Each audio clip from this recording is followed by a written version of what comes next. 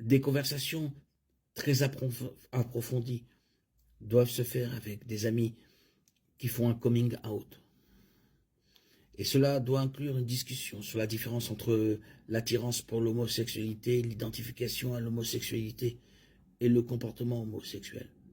L'attirance pour l'homosexualité, ce sentiment homosexuel, peut ne pas être un choix, mais plutôt une tentation qui provoque une lutte intérieure.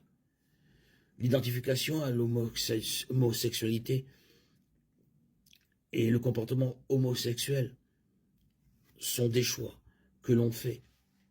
Nos amis qui luttent dans ce domaine doivent savoir que les sentiments ne doivent pas nécessairement conduire à l'identification ou au comportement. Lorsque nous examinons ce que la Bible nous demande de faire lorsqu'un ami qui se déclare chrétien fait son coming out, ainsi, lorsqu'une personne qui prétend être chrétienne choisit de vivre l'un des nombreux modes de vie pécheurs spécifiques, Paul énumère alors ces 6 péchés. Le reste de l'Église doit refuser la communion avec cette personne. Cela s'appelle l'ostracisme sacré.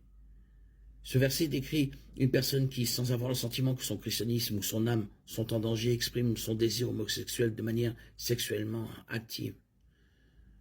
Dans tous les cas, lorsqu'un ami sort du placard, fait son coming out, nous devons prier avec ferveur, constance et foi. Priez dans l'espérance que Dieu leur accorde la repentance pour parvenir à la connaissance de la vérité, de Timothée 2,25.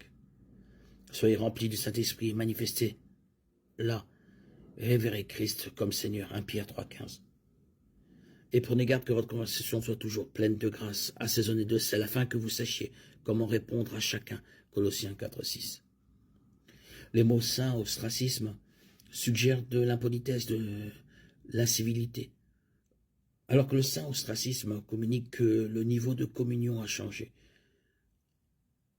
De toute façon, les croyants doivent éviter de faire quoi que ce soit qui impliquerait qu'ils considèrent la personne pécheresse comme un frère ou une sœur chrétienne.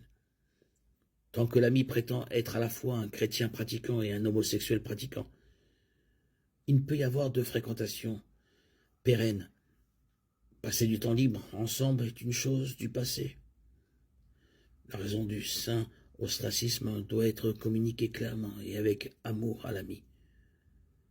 L'objectif est de provoquer la repentance et la réconciliation, qui sont les fruits de l'esprit.